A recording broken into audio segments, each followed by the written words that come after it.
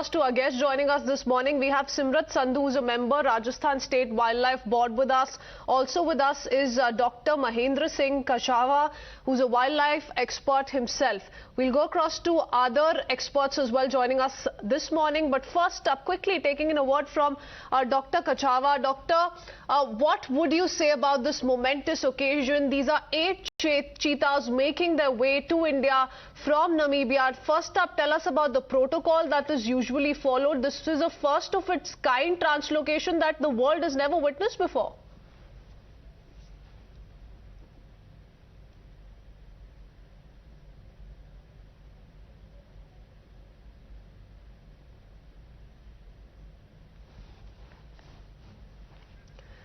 I believe Dr. Mahendra is not through. We'll just reconnect that line with him. If I could go across to Simrat Sandhu in the meanwhile. Yes. Yes.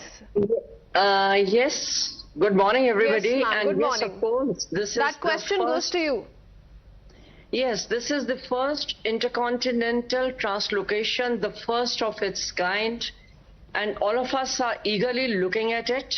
This move started in 2010, and finally the day has dawned, and I congratulate entire India for this great event.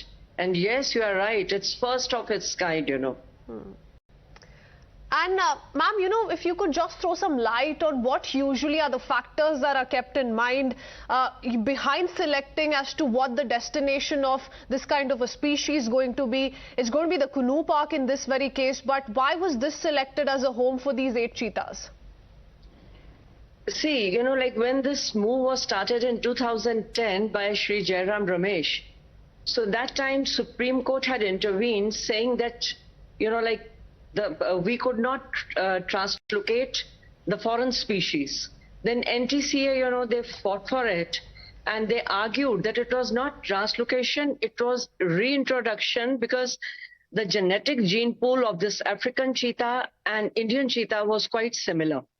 So that's how in 2019 the permission was given.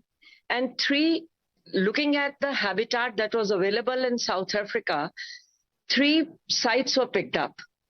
One was Kuno, the other one was Shagar in Jaisalmer, Rajasthan, and third one was again in MP.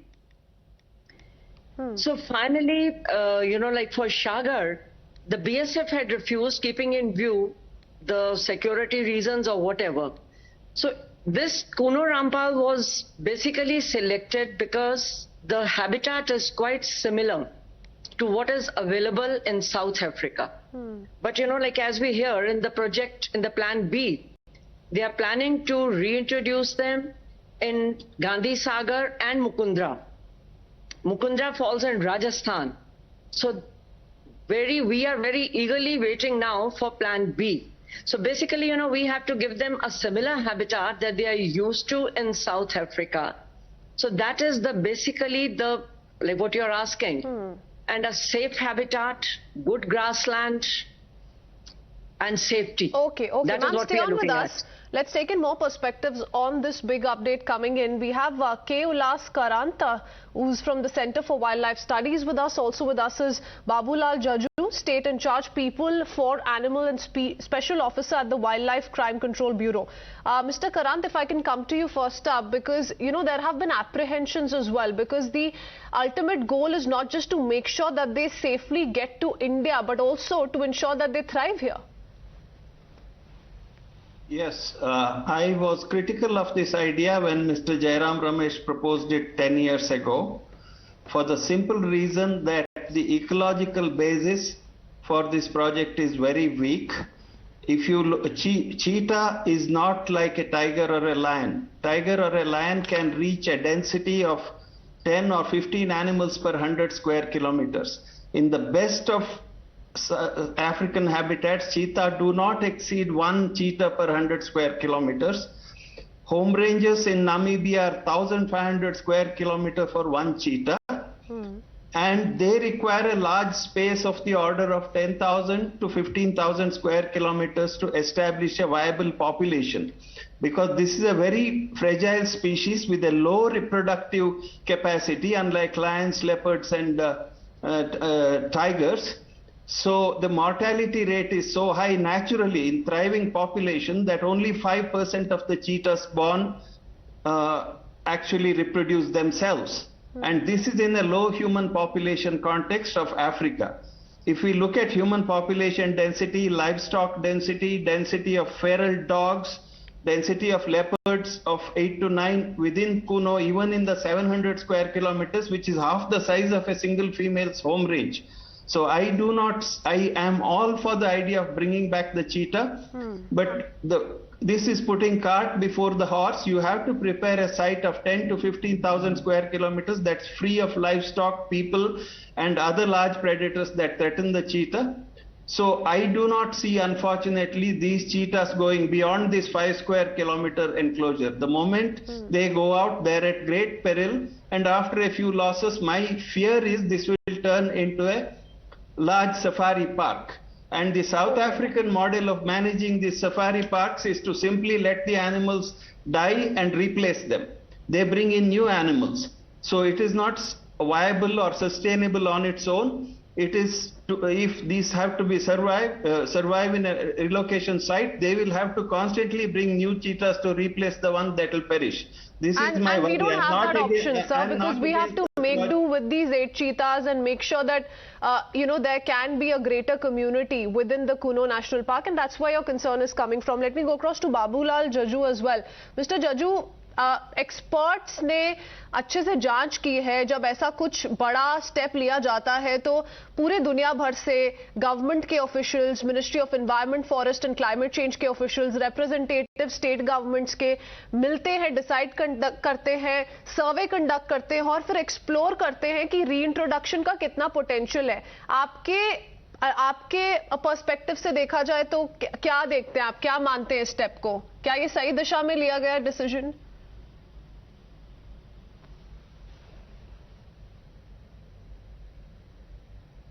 मेरी आवाज आ रही है आपको? जी जी, सुन सकते हैं sir, बताइए. मेरा तो ऐसा मानना है कि जो प्रजाति चीते की 70 साल से लुप्त हो गई थी, उसको भारत में लाने का एक बहुत बड़ा जो कदम उठाया है, ये बहुत स्वागत योग्य और अभिनंदनीय कदम है भारत सरकार का.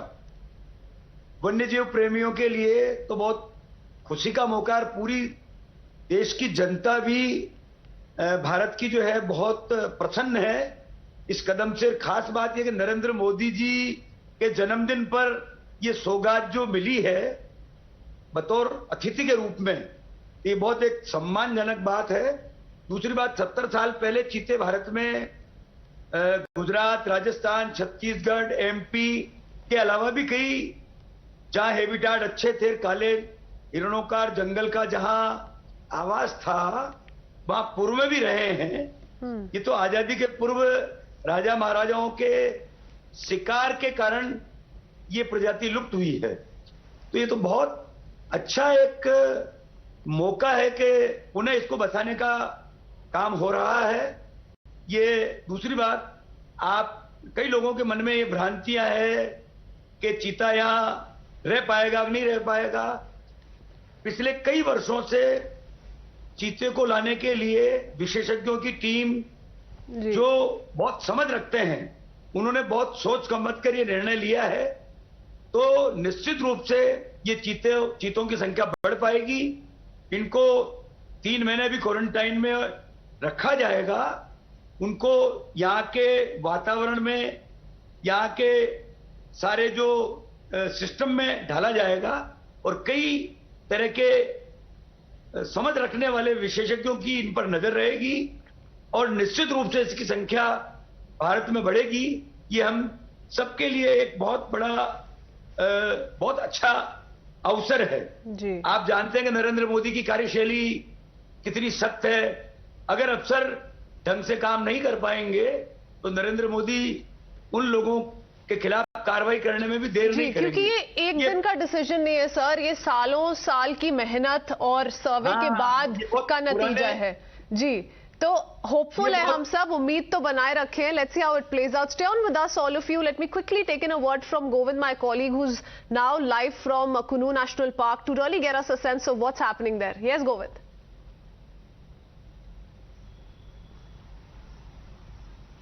Yeah, ultimately that, you know, that for decades it's somewhat awaited to rehabilitation of cheetahs in our nation, and it's the fortunation of Madhya Pradesh that has been selected for this special deed. You know that these special 8 guests have already landed there at Maharajpura Airways in Gwalior at 7:45, and now the preparation just to take them to Kuno National Park, where PM Narendra Modi will arrive after 11 o'clock and will through uplifting the lever. These 8 cheetahs, including 5 females and 3 males, will be entered to the Kuno National Park, and that would be a kind of historical moment. You know that in 1948, 3 cheetahs were shot dead by Maharaja of Korea district of Chhattisgarh.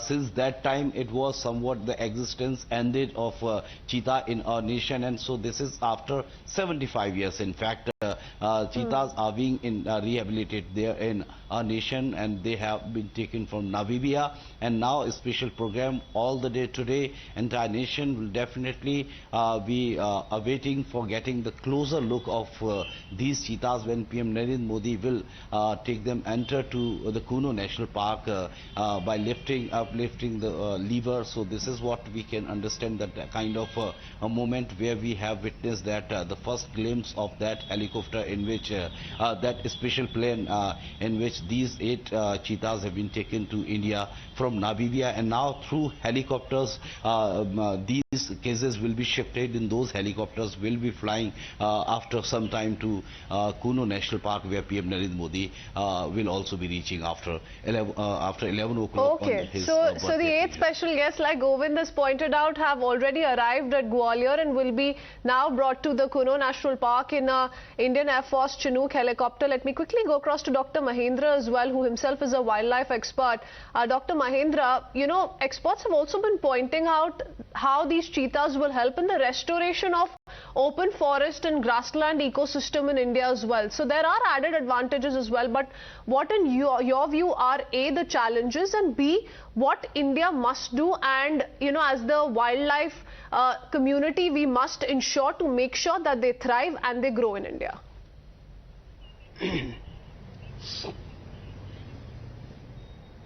Good morning, ma'am. I will like to say something regarding this rehabilitation program. It is a very good program, no doubt, and we must take this decision long back, but unfortunately now it is going to today. So what I want to say, why the Kuno National Park is only selected for this particular program. See, long back, 30 years back, it was decided in Kuno National Park. I was also attend a seminar in the country where it was decided that the gir loin shall be settled in the Kuno National Park, and it is the best habitat for the rehabilitation. And it was also decided that the loin shall be from Gir National Park, but unfortunately, what was the reason, I don't know, and maybe some political, maybe some other reason, the loin was not shifted from there to here. Now it was take decision that the Kuno is the, because it was already prepared for, almost it was already prepared, study was carried out already for rehabilitation a new species which was already existing long back in this area. So now it was decided that the cheetah will be settled in this area. Okay.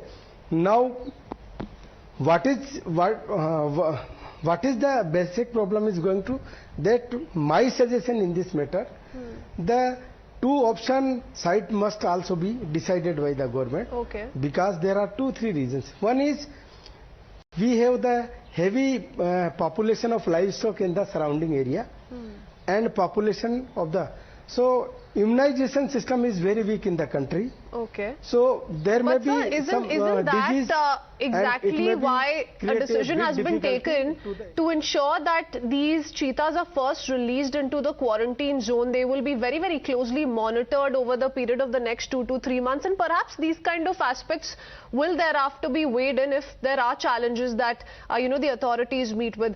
Stay on with us, gentlemen. Well, another way of looking at it is that this is also going to lead to enhanced livelihood opportunities for the local community through eco-development and eco-tourism activities. At least that's what the centre's vision is, as they have put it out. But if we talk about this big day, as Prime Minister Modi turns 72, history is all set to be made on this very occasion. And on his birthday, he will be releasing into the wild 8 spotted arrivals from Namibia. Now, these arrivals are 8 cheetahs who are being translocated to India from Windhoek. So we're breaking down all those details. Just by the way, India was once home to this big cat, but rampant hunting by the British occupiers and Indian royalty ensured that it was pushed into extinction in 1952. For 70 long years, efforts were made to bring this Ferrari of the forest back into our country, but to no avail. Now, after crossing all the legal and political hurdles, it's time to say namaste again to this magnificent animal. Take a look at this special report.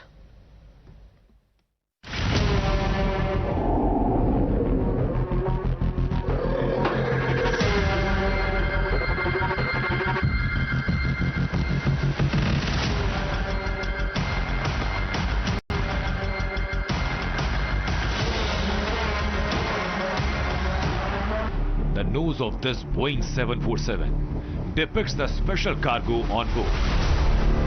8 African cheetah traveling to India.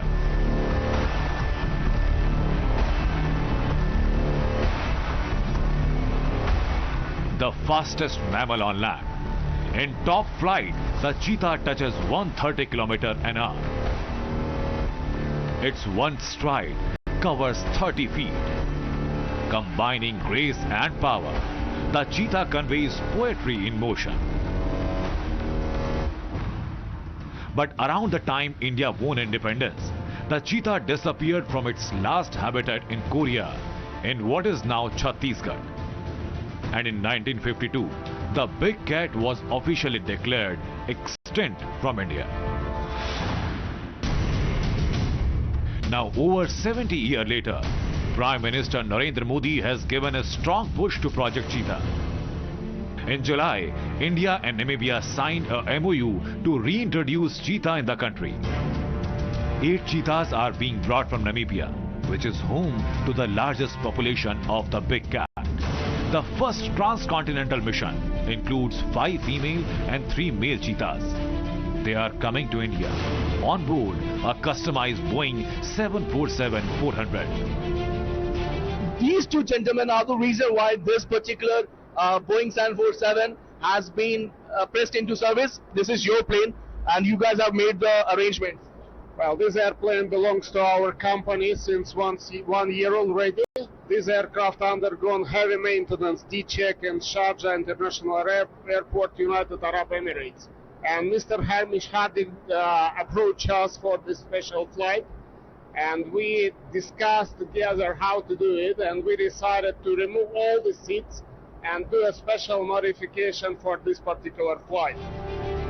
The seats in the entire economy section have been removed to accommodate the 8 African cheetahs for the transcontinental journey. They will fly from Namibia to Jaipur and from there proceed in helicopters to their new home in Kuno National Park in Madhya Pradesh.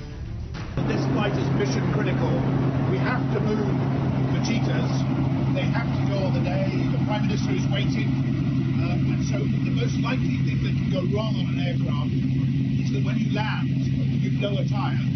So we've got spare tyres. We can blow multiple tyres. We can repair them here in Namibia and still make the mission on Friday. This particular Boeing 747-400, which has been specially earmarked, has been specially designed in such a manner that all the cheetahs, the 8 cheetahs that are currently there are quite easily can be accommodated in this particular Boeing 747 aircraft. With camera person Saurabh Shukla, this is Tapush Bhattacharya on board of Boeing 747-400. Finally, After a wait of over 70 years, India will greet the big carnivore. The cat with a well-defined tear line is getting a new home in the world. Bureau Report, Times Now. So we continue to stay on with our guests and quickly going back to Madam Sandhu once again. Ma'am, you know, we've been talking about different aspects to this kind of a relocation, translocation, first of its kind, as you also mentioned when you opened this up. But tell us about the aspects that are usually kept in mind while deciding on the location. Now, I've been asking that from several panelists, fellow panelists as well, but it's very important to really find out, because some of those who are critical of what is going to happen next are also heavily relying on whether or not this is the apt location for these cheetahs to be translocated. See, when I started, like I mentioned, that 3 various sites were shortlisted right in the beginning. And such decisions are taken by great experts after looking at everything, at the habitat, the prey base, the environment, safety. All these aspects are taken care of. Let's not be pessimistic to begin with. India is really known for its wildlife conservation. Look at the way we have conserved the tigers. Look at the way, you know, we have moved forward. So, of course, we have to be very, very careful. We have to be very, very, we have to be on our guard. That is, of course, there. And what Mr. Karan said, South African model is very different from Indian model. We believe in conservation in a very, very different way. But I'm very positive, I'm very sure we'll take forward. Now, when you ask again and again, why Kuno? There is another very interesting aspect to it, MP had won the case by Supreme Court that the lions were to be shifted from Gujarat. Gujarat, somehow or the other, is not giving lions to MP or any other state. So one maybe political reason is just to sideline it, to keep MP happy. The cheetahs have been given. But of course, this site was selected by the experts. And as I mentioned, plan B is Mukundra and Gandhi Sagar. And this is basically the 3 elements: the safety, the habitat, and the prey base, which are kept in mind when selecting a site. And all of these aspects are kept in mind usually, so one needs to not be in any sort of a doubt, because remember, this is a project that's perhaps the world's first intercontinental large wild carnivore translocation project, so there has to be a lot of thought that's essentially gone into it. Stay on with us, all of you. We have another reaction coming in. Well, this is a video that has been put out by the IFS officer, one of the IFS officers who's tweeted this video showing cheetahs in wild in India. Now, the film dates back to the 1930s and reveals the brutality meted out to the cheetahs. So on a day such as this is the video that has been tweeted by him. Let's quickly play it out.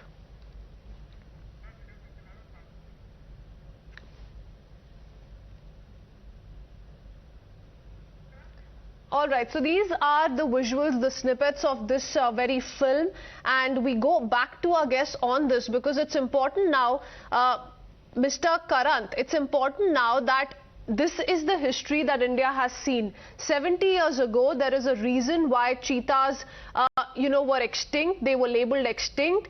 And now that India has decided to go ahead with this very big move, as we keep up with these visuals, these are of course filmed archive visuals, which now have been tweeted by an IFS officer, but this is also part truth to what really happened 70 odd years ago.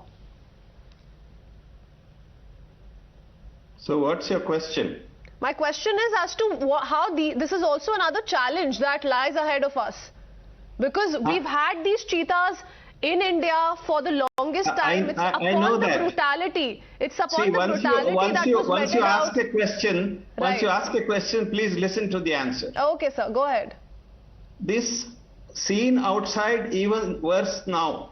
This was during the days in late 19th century. Already in the Deccan, cheetahs were virtually extinct. So the situation outside is even worse. And if you can put cheetahs into a 500 square kilometer enclosure, they will stay there. The moment they are released, they will meet the same fate as you are saying. It may not be hunters, it will be village dogs, it will be livestock killings, and these are the problems which have to be envisaged. As I said, the Kuno Park is half the home range size of one female cheetah. Survival rate is 5% in the wild in the best habitats. Nobody seems to, the so-called experts don't seem to have thought about all this. So my question to that would be, on those challenges that the cheetahs or the community or the species faces elsewhere as well. I'll come back to you on that. But for the moment, as we keep up with these visuals, let's quickly play out the audio as well. By a day of cheetah hunting. The cheetahs, like the falcons, are captured when full grown, and through their appetites are trained to do man's bidding. Each cheetah has a trainer whose sole job is to tend him at all times. When not being run, the cheetahs are kept on kotlas in front of the palace or taken for a walk in the nearby bazaars. The most picturesque method of running cheetahs is from bullock carts. So loaded up, we move off to look for blackbuck. We roll across the dry, hot plains, and every bump is relayed from the wheels through the floorboards.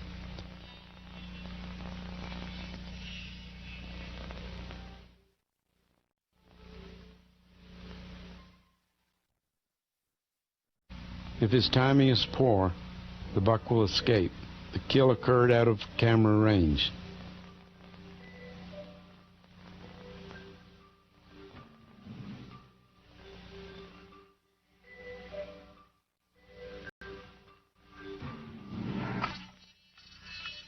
Work for the day is done, she is rewarded with a full meal.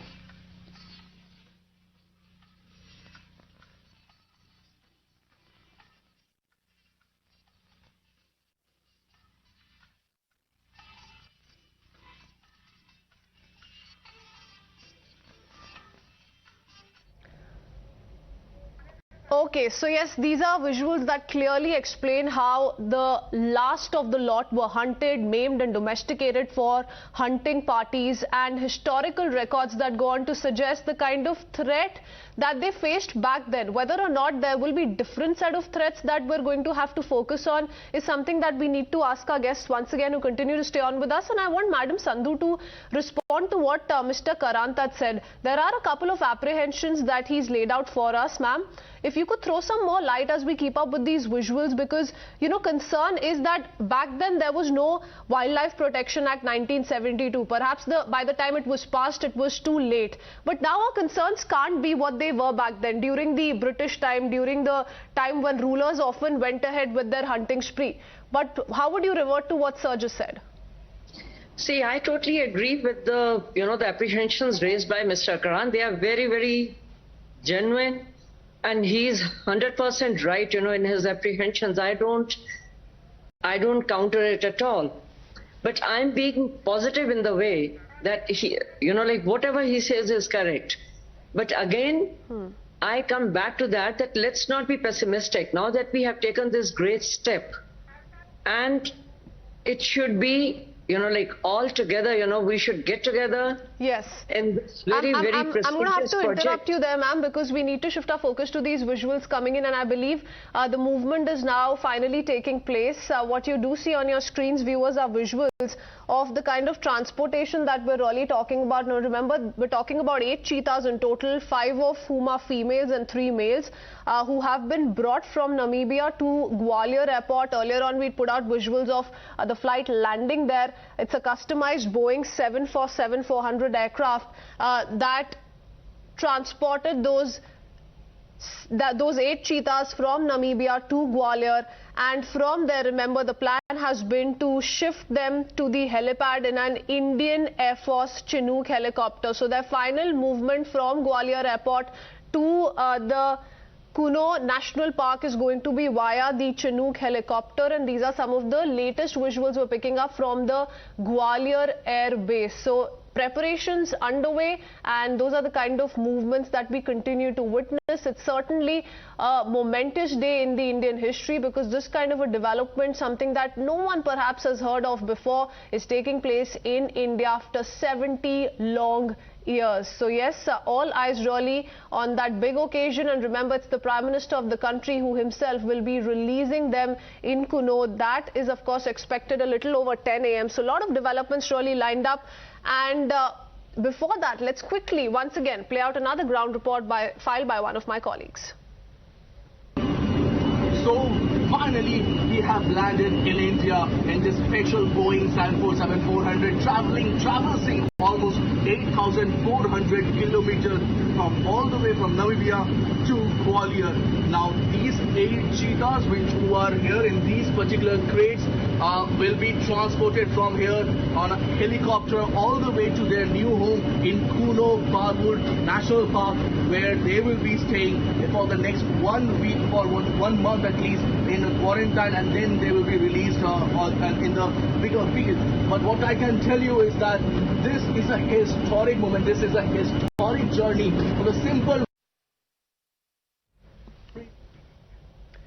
All right, so that was another ground report on the latest that we continue to track. Now remember, this is Project Cheetah that we're all talking about, the world's first intercontinental large wild carnivore translocation project, and in that sense really being hailed by many as well at this point in time. If we continue to stay on with our guests, though Sandhu ma'am was making a point, I want to quickly bring in Babulal Jaju as well. Jaju साहब, आप क्या कहेंगे? थोड़े ही घंटे दूर है, हम देखेंगे प्राइम मिनिस्टर नरेंद्र मोदी खुद ही रिलीज करेंगे इन 8 चीताओं को. आपके दिमाग में अभी क्या चल रहा है?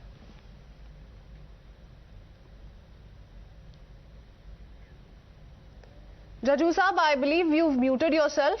आप अनम्यूट कर दीजिए प्लीज अपने आप को.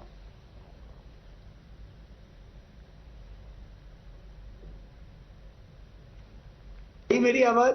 जी बताइए.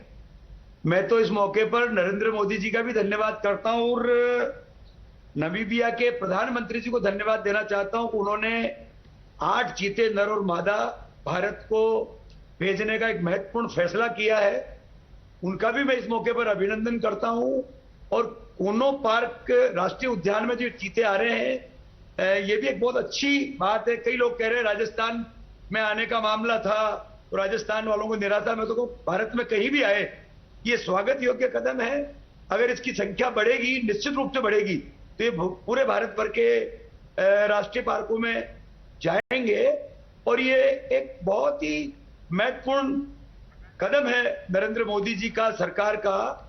और इससे बढ़िया कोई फैसला हो नहीं सकता वन्यजीव प्रेमियों के लिए. ये एक बहुत अच्छा कदम है उनका.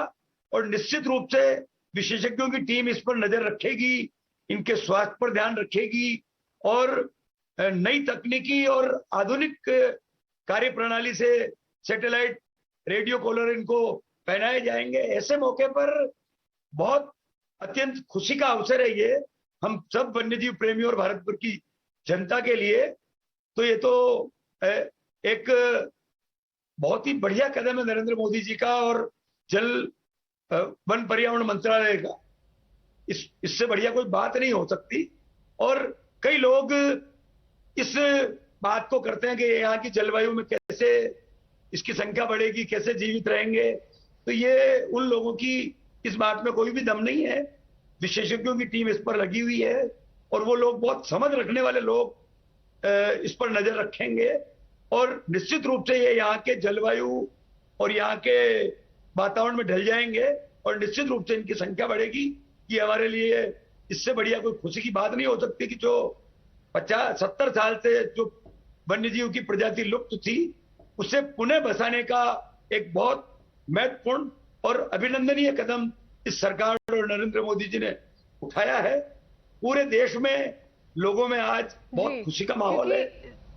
यस सर, क्योंकि तैयारियां तो बहुत सालों से चल रही है, implementation finally हम अब देख रहे हैं. I also want someone to come in on a parallel thought that just struck me. Now these cheetahs being reintroduced are African cheetahs. Anyone who can perhaps elaborate on why go ahead with this sort of a choice? The cheetahs indigenous to India that went extinct were of course the Asiatic cheetahs that are perhaps only found in very small numbers in Iran. So why this choice? Any volunteers? I don't think that's a major issue. It is a subspecies of cheetah. The issue is not of genetics and species. Both are the same species, but there are two subspecies. We have many subspecies of leopards, so that I don't think is the issue. Issue is of ecological viability of the idea, whether a self-sustaining population can survive in this context. That is the issue. I don't think the subspecies question is important. Okay, sir, but like Madam Sandhu is saying, I mean, do we not need to be a little more optimistic about this big move, because not many countries have gone ahead with something such as this, and certainly not India, the past 70 years? Listen, I am also in favor of restoring cheetahs in their full, but I think that would require 10,000 square kilometers of livestock-free, people-free, feral dog-free habitat, which has to be first created in one of the sites. The present site was prepared for lions, which can live at densities that are 15 times that of the cheetah. So I don't see this project as viable. I feel on his 73rd birthday, if the Honorable Prime Minister comes, he will still find the cheetahs in the enclosure. There won't be a surviving, sustaining population outside. This is my worry. I am not pessimistic. I am based on science. I am making some predictions. Fair enough, sir. Let me quickly go across to Dr. Mahendra as well. Dr. Mahendra, a lot of critics have also warned that the cheetahs may struggle to adapt to the habitat and may clash with the significant number of leopards already present in the area. Is that a valid concern? What do you think?